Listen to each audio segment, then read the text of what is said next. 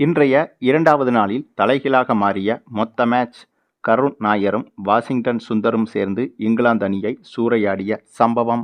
அதாவது இந்தியா இங்கிலாந்து அணிகளுக்கு எதிராக தற்போது 5வது மற்றும் கடைசி டெஸ்ட் போட்டி நடைபெற்று வருகிறது. இந்த போட்டி நேற்றைய தினம் தொடங்கியது.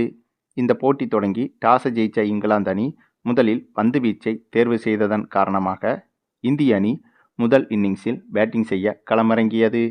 அப்படி களமிறங்கிய இந்திய அணி ஆரம்பத்தில் அடுத்தடுத்து விக்கெட்டுகளை இழந்து தடுமாறியது. தொடக்கத்திலேயே யாஸ்வி ஜெய்ஸ்வால், KL ராகுல் என இருவரும் விக்கெட்டுகளை இழக்க, இதற்கு பிறகு சுப்மன் கில், சாய் சுதர்சன், ஜடேஜா, த்ருவ் ஜூரல் என இவர்களும் சீரான இடைவெளியில் விக்கெட்டுகளை இழந்தனர்.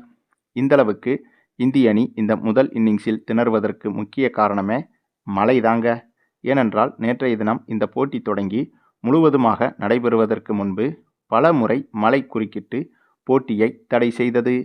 இதனால்தான் நேற்றைய தினம் இந்திய அணி 64 ஓவர்கள் வரை பேட்டிங் செய்தும் வெறும் 204 ரன்கள் மட்டுமே எடுத்திருந்தது.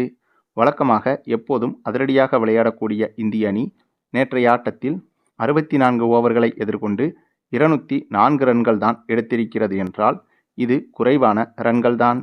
இதற்கு மிக முக்கிய காரணம் மழை அடிக்கடி குறுக்கிட்டு போட்டியை தடைப்படுத்தி கொண்டே இருந்தது.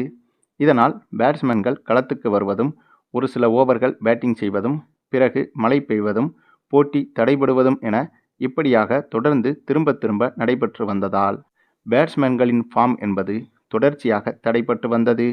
வழக்கமாக இது போன்ற சமயங்களில் பார்ட்னர்ஷிப் அமைத்து 2 பேட்ஸ்மேன்கள் களத்தில் நிற்கிறார்கள் என்றால் 10-15 ஓவர்கள் வரை களத்தின் சூழ்நிலையை பார்த்துவிட்டு, பிச்சின் தன்மையை பார்த்துவிட்டு அதன் பிறகு அதிரடியை தொடங்குவார்கள். ஆனால் நேற்றைய நாளிலோ அதற்கான வாய்ப்பை மழை என்பது தடுத்துவிட்டது.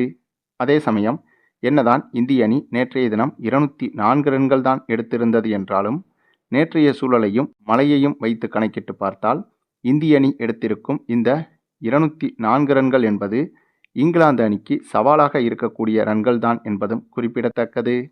அதற்கு காரணம் நேற்று நடந்த இந்த முதல் இன்னிங்ஸில் கிட்டத்தட்ட 150 ரன்களை இந்திய அணி எடுத்த போதே 6 விக்கெட்டுகளை இழந்துவிட்டது.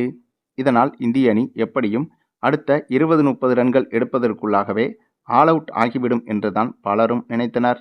அந்த சமயத்தில்தான் நம்முடைய தமிழக வீரர் வாஷிங்டன் சுந்தரும் இவருக்கு துணையாக கருண் நாயரும் சேர்ந்து சூப்பரான பேட்டிங்கை வெளிப்படுத்தி இந்திய அணியை சரிவிலிருந்து மீட்டெடுத்தனர். அதிலும் பல வருடங்களுக்கு பிறகு இந்திய அணியில் மீண்டும் வாய்ப்பு கிடைத்த கருண் நாயர் இந்த இன்னிங்ஸில்தான் சிறப்பாக விளையாடியிருக்கிறார். இதற்கு முன்பு இதே இங்கிலாந்துக்கு எதிரான தொடரில் முதல் 3 போட்டிகளில் இவருக்கு தொடர்ச்சியாக வாய்ப்பு கொடுத்த போது அதில் தொடர்ந்து சொதப்பி வந்தார் கருண் நாயர். ஆனால் இப்போது இந்த 5வது டெஸ்ட் போட்டியில் முதல் நாள் ஆட்டத்தில் மற்ற இந்திய அணி பேட்ஸ்மேன்கள் திணறிய போதும் கூட இவர் மட்டும் வாஷிங்டன் சுந்தரோடு சேர்ந்து சூப்பராக விளையாட இது இந்திய அணிக்கு பலம் சேர்த்தது. அதிலும் நேற்றைய நாளில் அதிகபட்சமாக இவர்தான் 52 ரன்கள் வரை எடுத்திருக்கிறார். நேற்றைய பிச்சின் தன்மையையும் மழையையும் வைத்து பார்க்கும்போது இந்த 52 ரன்கள் என்பது பல 100 ரன்களுக்கு சமமாகும். ஏன்னா இதே மைதானத்தில் மற்ற இந்திய பேட்ஸ்மேன்கள் ஒவ்வொருவரும் ஒரு ரன்னை எடுப்பதற்கே மிகவும் கஷ்டப்பட்டனர்.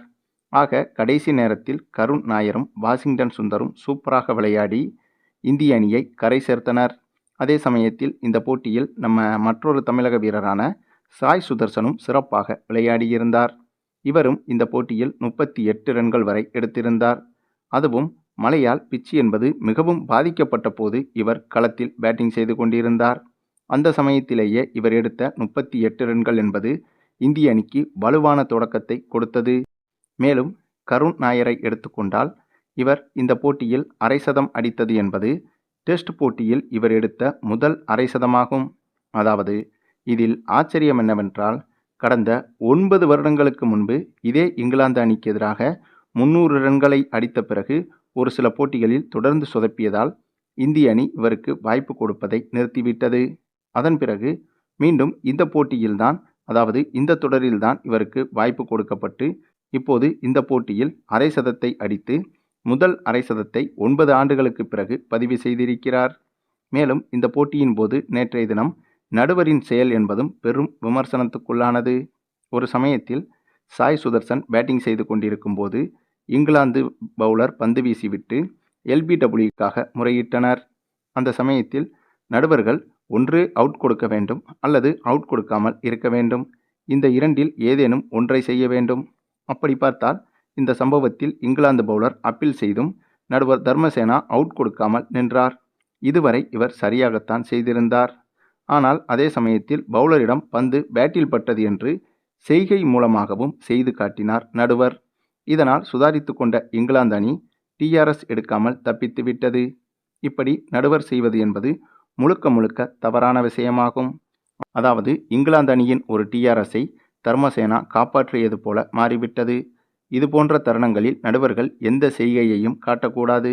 பிளேயர்கள் அப்பீல் செய்த பிறகு நடுவர்கள் முடிவை கூறிவிட்டு டிஆர்எஸ் எடுக்கும் நேரமான 15 நொடிகள் வரையிலும் தங்களுக்கு தெரிந்த விஷயத்தை வார்த்தை மூலமாகவோ அல்லது செய்கை மூலமாகவோ சம்பந்தப்பட்ட அணிகளுக்கு தெரிவிக்கக்கூடாது. இப்படி செய்தால் சம்பந்தப்பட்ட அணி இதுபோல டிஆர்எஸ் எடுக்காமல் தப்பித்துவிடும். ஆகவே நேற்றைய போட்டியில் நடுவர் தர்மசேனாவின் இந்த ஒரு முடிவு என்பது இந்திய ரசிகர்களை கோபப்படுத்தியது. ஒருவேளை இந்த போட்டியின் இறுதி கட்டத்தில், அதாவது நடந்து வரும் இந்த 5வது டெஸ்ட் போட்டியின் இறுதி கட்டத்தில் டிஆர்எஸ் மூலமாக இங்கிலாந்து அணி வெற்றி பெற்றால் கண்டிப்பாக அப்போது அதற்கான மிகப்பெரிய விலையை இந்த நடுவர் கொடுத்தாக வேண்டும். மேலும் நேற்றைய போட்டியில் இந்திய கேப்டன் சுப்மன் கில் 21 ரன்கள் மட்டுமே எடுத்திருந்தார். ஆனாலும் கூட இதன் மூலம் இவர் மிகப்பெரிய உலக சாதனை ஒன்றையும் நிகழ்த்தியிருக்கிறார். அதாவது இந்திய முன்னாள் வீரர் சுனில் கவாஸ்கரின் 46 வருட உலக சாதனையை சுப்மன் கில் முறியடித்திருக்கிறார். 1979ஆம் ஆண்டில் சுனில் கவாஸ்கர் கேப்டனாக இருந்தபோது ஒரே டெஸ்ட் தொடரில் அதிகபட்சமாக 732 ரன்கள் எடுத்திருந்தார். இதுதான் இதற்கு முன்பு ஒரே டெஸ்ட் தொடரில் இந்திய கேப்டன் ஒருவர் அதிகபட்சமாக எடுத்த ரன்களாக இருந்தது. ஆனால் இப்போது நேற்றைய தினம் சுப்மன் கில் 21 ரன்களை எடுத்ததை அடுத்து 737 ரன்கள் வரை ஒரே தொடரில் எடுத்த இந்திய கேப்டன் என்ற சாதனையை செய்திருக்கிறார் சுப்மன் கில். ஆகவே கிரிக்கெட் வரலாற்றில் இந்த ஒரு சாதனையும் பிரம்மாண்ட சாதனையாக பார்க்கப்பட்டுள்ளது.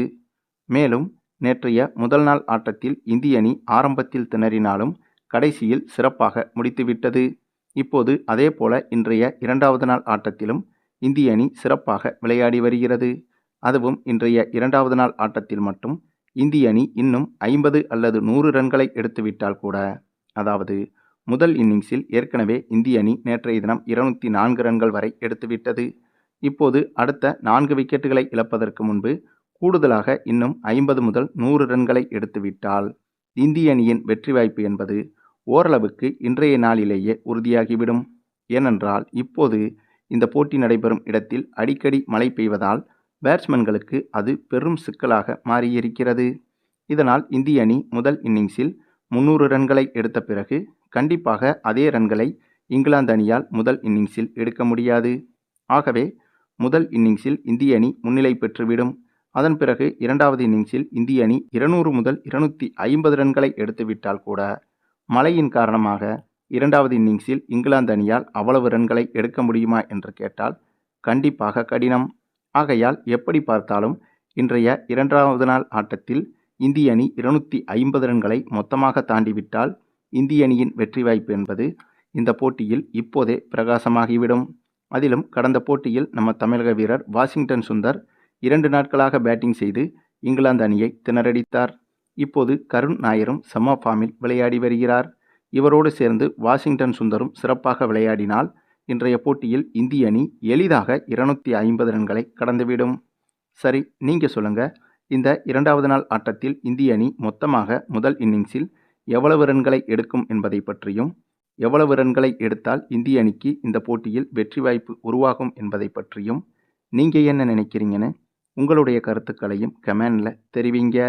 மேலும் இந்த வீடியோ பிடிச்சிருந்தா லைக் பண்ணுங்கள், மற்ற அனைவருக்கும் ஷேர் பண்ணுங்கள், மறக்காமல் நம்ம சேனலை சப்ஸ்கிரைப் பண்ணுங்கள்.